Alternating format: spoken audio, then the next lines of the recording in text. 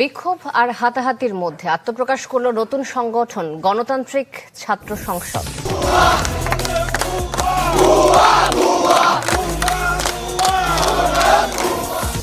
সমন্বয়কদের জানিয়ে দেন, যারা রাষ্ট্র পরিচালনা করছেন তাদেরকে জানিয়ে দেন যে তারা যেন আজকের দিনের পরে যেন আর এইভাবে আওয়ামী লীগের দোষের বিচার করতে হয়, আগে হাসনাত এবং সার্জিসের বিচার করে নিরপেক্ষতা প্রমাণ করতে হবে আমাদের। সম্প্রতি দেশ জুড়ে শিক্ষার্থীদের মধ্যে এক অস্থিতিশীলতা ছড়িয়ে পড়েছে, যার কেন্দ্রবিন্দুতে রয়েছে নতুন রাজনৈতিক দল জাতীয় নাগরিক পার্টি। এই দল গঠনের পিছনে শিক্ষার্থীদের ব্যবহার করা হচ্ছে বলে অভিযোগ উঠেছে। বাংলাদেশের জনপ্রিয় অভিনেতা ইলিয়াস কাঞ্চনের সাম্প্রতিক বক্তব্যে এই ইস্যুকে আরও আলোচনায় নিয়ে এসেছে। এক জনসভায় ইলিয়াস কাঞ্চন বলেন, সমন্বয়করা শিক্ষার্থীদের রাজনৈতিক হাতিয়ার বানাচ্ছে এবং আন্দোলনের নামে একটি নতুন রাজনৈতিক দল গঠন করছে, যার লক্ষ্য শিক্ষার্থীদের ব্যবহার করে ক্ষমতায় আসা। এছাড়া ইলিয়াস কাঞ্চন বলেন, 24 ঘন্টার মধ্যে সমন্বয়কদের যদি নিষিদ্ধ না করা হয় তবে আমরা ডক্টর ইউনূসকে ক্ষমতা থেকে সরিয়ে দেব। তার এই বক্তব্য রাজনৈতিক মহলে ব্যাপক চাঞ্চল্য সৃষ্টি করেছে। এদিকে শিক্ষার্থীদের মধ্যে ইতিমধ্যে বিভাজন স্পষ্ট হয়ে উঠেছে। সম্প্রতি জাতীয় নাগরিক পার্টিকে কেন্দ্র করে বিভিন্ন শিক্ষা প্রতিষ্ঠানের সংঘর্ষের ঘটনা ঘটেছে। দেশের শিক্ষা ব্যবস্থা বর্তমানে সংকটের মুখে পড়েছে এবং শিক্ষার্থীদের ক্ষমতার লোভে প্রবল করে এক অস্থিতিশীল পরিস্থিতি তৈরি করা হচ্ছে বলে আশঙ্কা প্রকাশ করেছেন বিশ্লেষকরা। মনে করছেন, শিক্ষার্থীদের রাজনৈতিক স্বার্থ ব্যবহার করা হলে তা শুধু শিক্ষা ব্যবস্থার ক্ষতি করবে না, বরং ভবিষ্যৎ নেতৃত্বকেও দুর্বল করে তুলবে। শিক্ষা প্রতিষ্ঠানের রাজনৈতিক প্রভাব খাটানোর ফলে শিক্ষার্থীদের মূল লক্ষ্য থেকে বিচ্যুত হওয়ার আশঙ্কা রয়েছে। সরকার ও প্রশাসনের প্রতি দাবি উঠেছে তারা যেন দ্রুত কার্যকর ব্যবস্থা গ্রহণ করে এবং শিক্ষার্থীদের ভবিষ্যৎ রক্ষায় যথাযথ পদক্ষেপ নিশ্চিত করে। অন্যথায় শিক্ষাঙ্গনে চলমান অস্থিতিশীলতা আরও তীব্র হয়ে উঠতে পারে। প্রিয় দর্শক, আরও বিস্তারিত দেখুন পুরো ভিডিওতে। বাংলাদেশে এই মুহূর্তে দুটো রাজনৈতিক দলের জন্ম নিয়ে সবথেকে বেশি আলোচনা হচ্ছে। একটি ছাত্র সংগঠন, আরেকটি রাজনৈতিক দল, যে রাজনৈতিক দলটা নির্বাচনের জন্য লড়বে, ক্ষমতার জন্য লড়বে, ক্ষমতার রাজনীতি করবে। সেই দুটো দল একটা গঠন হয়ে গেছে। ছাত্রদের বৈষম্যবিরোধী ছাত্র আন্দোলন ভেঙে ছাত্রদের নতুন ছাত্র সংগঠন তৈরি হয়েছে। সেটার নাম দেওয়া হয়েছে বাংলাদেশ গণতান্ত্রিক ছাত্র সংসদ। সেটাতে একেবারে তুলকালাম কাণ্ড একের পর এক ঘটছে এবং এই গত রাতের সর্বশেষ খবর সেটা হচ্ছে যে রিফাত রশিদ, একেবারে ফ্রন্টলাইনার সমন্বয়ক, সেই রিফাত রশিদ সহ 3 জন সমন্বয়ক এই দল থেকে পদত্যাগ করেছেন। 250 সদস্যের কমিটি ঘোষণা করা হয়েছে এবং রিফাত রশিদ পদত্যাগ করেছেন। এদিকে নতুন যে রাজনৈতিক দল আজকে জন্ম নিতে যাচ্ছে, আজকে বিকেলে জন্ম নেবে জাতীয় নাগরিক পার্টি, সেই রাজনৈতিক দল নিয়ে নতুন করে আলোচনা শুরু হয়েছে যে এটা সমন্বয়কদের দল নাকি ডক্টর ইউনূসের দল। 1/11-এর সময় ডক্টর ইউনূস যে দল করতে চেয়েছিলেন নাগরিক শক্তি, সেই দলেরই একটা নতুন রেপ্লিকা কিনা, সেই আলোচনা চলছে। আলোচনা হচ্ছে যে দুইটি বিষয় নিয়ে, ছাত্রদের নতুন রাজনৈতিক প্ল্যাটফর্ম, গণতান্ত্রিক, নামটা খুব কঠিন, গণতান্ত্রিক ছাত্র সংসদ নামটা দিয়েছে, নতুন নাম যেহেতু বারবার ভুলে যাওয়ার একটা ব্যাপার থাকবে।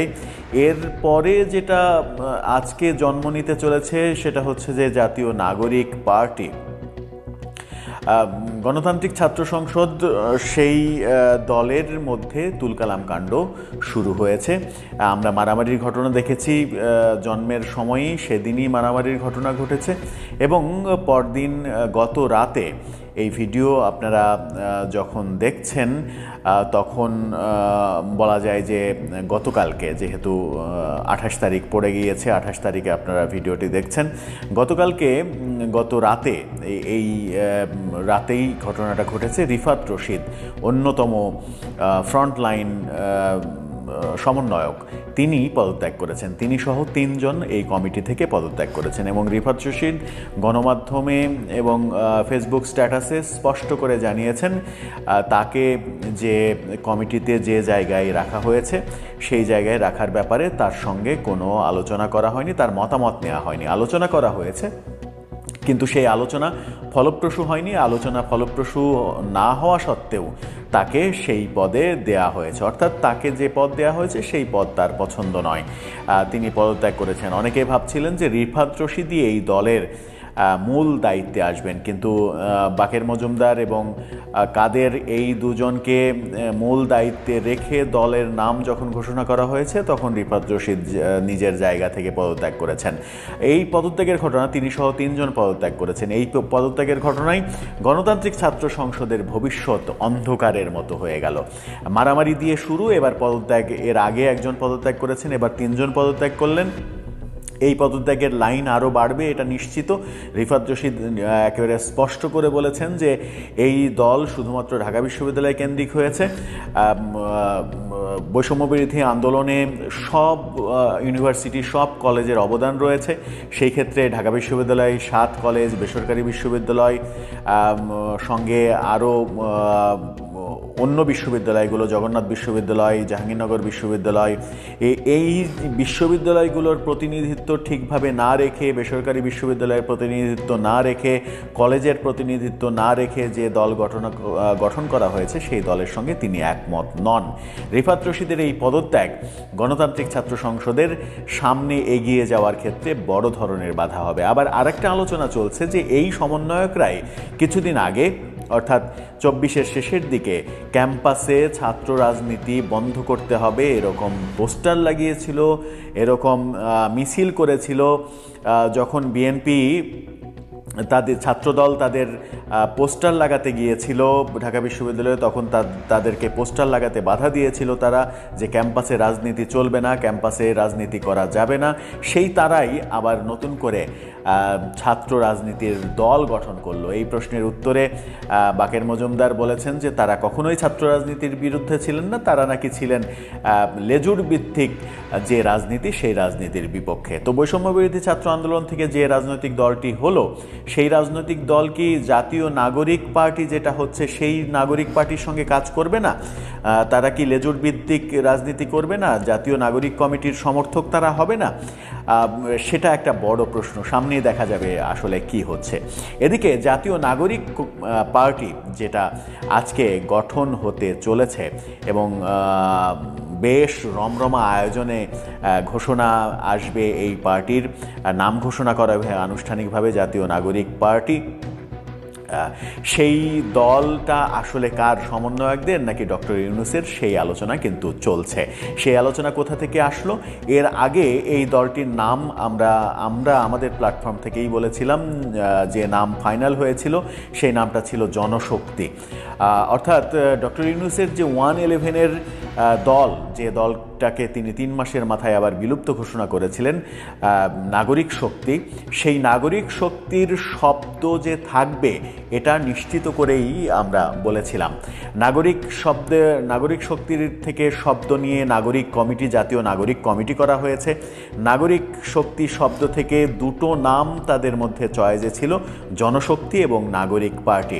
শেষ পর্যন্ত জাতীয় নাগরিক পার্টি করা হলো, অর্থাৎ নাগরিক শব্দটা রাখা হলো। এই কারণেই আলোচনা চলছে যে এটা সরাসরি ডক্টর ইউনূসের ইনপুট কিনা, ডক্টর ইউনূস এই নামটি দিয়েছেন কিনা সেই আলোচনা চলছে।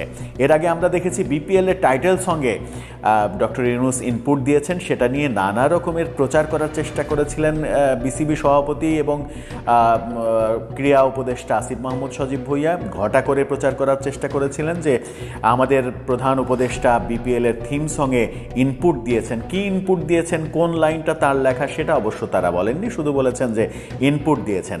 এখন এই রাজনৈতিক দলে নতুন করে ইনপুটের ঘটনা ঘটল কিনা সেই বিতর্কই কিন্তু এখন চলছে। এই বিতর্ক চলার কারণ হচ্ছে আন্তর্জাতিক একটি গণমাধ্যমে ডক্টর ইউনূস স্পষ্ট করে বলেছিলেন যে ছাত্ররা আমার কাছে আসলো, তারা নতুন দল করতে চাইছে, নতুন দলে আমাকে চাইছে তারা। আমি বলেছি না, আমার থাকা সম্ভব নয়, তোমরা করো, তোমাদের প্রতি আমার সমর্থন থাকবে, দোয়া আশীর্বাদ থাকবে।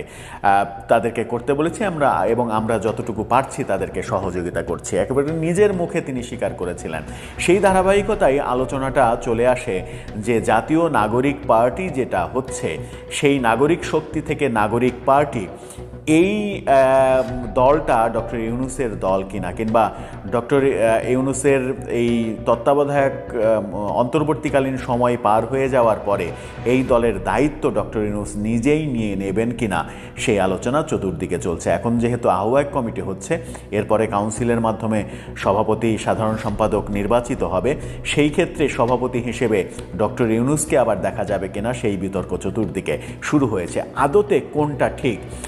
যখন এই পার্টির ঘোষণা চলছে, আজকে ঘোষণা হবে, তখন সমন্বয়করা বলছেন যে সারা দেশ থেকে লক্ষ লক্ষ জনতা এখানে আসবে। সার্জিস আলম বলেছেন যে কয়েক লক্ষ মানুষের সমাবেশ হবে।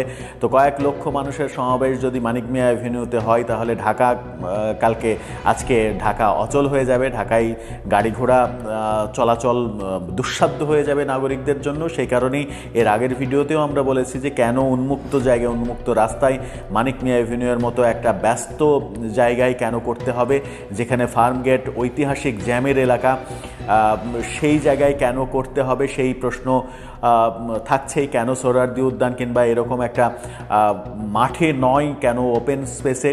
যেহেতু তারা ক্ষমতার কাছাকাছি রয়েছে, ক্ষমতার আশীর্বাদে নতুন দল করছে, অনেকে বলছেন এটাকে কিংস পার্টি হচ্ছে, যদিও তারা অস্বীকার করছে, সেহেতু তারা অনেক কিছুই করতে পারে, এটাই স্বাভাবিক। তারা করছেন। এখন দেখার বিষয় যে ছাত্র সংগঠন, যেটা গণতান্ত্রিক ছাত্র সংসদ, সেই সংগঠন যখন মারামারি দিয়ে শুরু হলো, তখন মূল রাজনৈতিক দল নাগরিক পার্টি, জাতীয় নাগরিক পার্টি, সেই দলটাও আবার মারামারি দিয়ে শুরু হয় কিনা। কারণ এরই মাঝে শোনা যাচ্ছে নেতৃত্বের দ্বন্দ্ব চরমে উঠেছে বলেই একই পদে, মুখ্য সংগঠক পদে বাংলাদেশকে দুই ভাগ করে সার্জিস আলম এবং হাসনাত আবদুল্লাহ দুইজনকে দায়িত্ব দেওয়া হয়েছে। পাটোয়ারিকে প্রধান সমন্বয়ক করা হয়েছে, আক্তার হোসেনকে সদস্য সচিব করা হয়েছে। নাহিদ তো আহ্বায়ক হবেন বলেই তিনি পদত্যাগ করেছেন সরকার থেকে। এই নেতৃত্বের কোন্দল আজকের ঘোষণা মঞ্চে দৃশ্যমান হয় কিনা, সেটাই এখন দেখার বিষয়। কারণ প্রাইভেট ইউনিভার্সিটির ছাত্ররা এখন পর্যন্ত কিন্তু স্পষ্ট বলছে যে নতুন যে রাজনৈতিক দল গঠিত হচ্ছে, সেটার সঙ্গে তারা একমত নয়।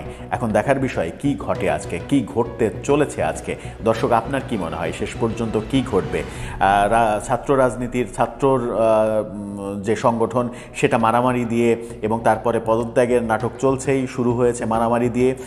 নতুন যে নাগরিক পার্টি, সেটাও মারামারি দিয়ে শুরু হবে, নাকি সুশৃঙ্খলভাবে, সুন্দরভাবে তাদের রাজনৈতিক যাত্রা শুরু হবে? আপনার মতামত জানিয়ে লিখতে পারেন আমাদের কমেন্ট বক্সে।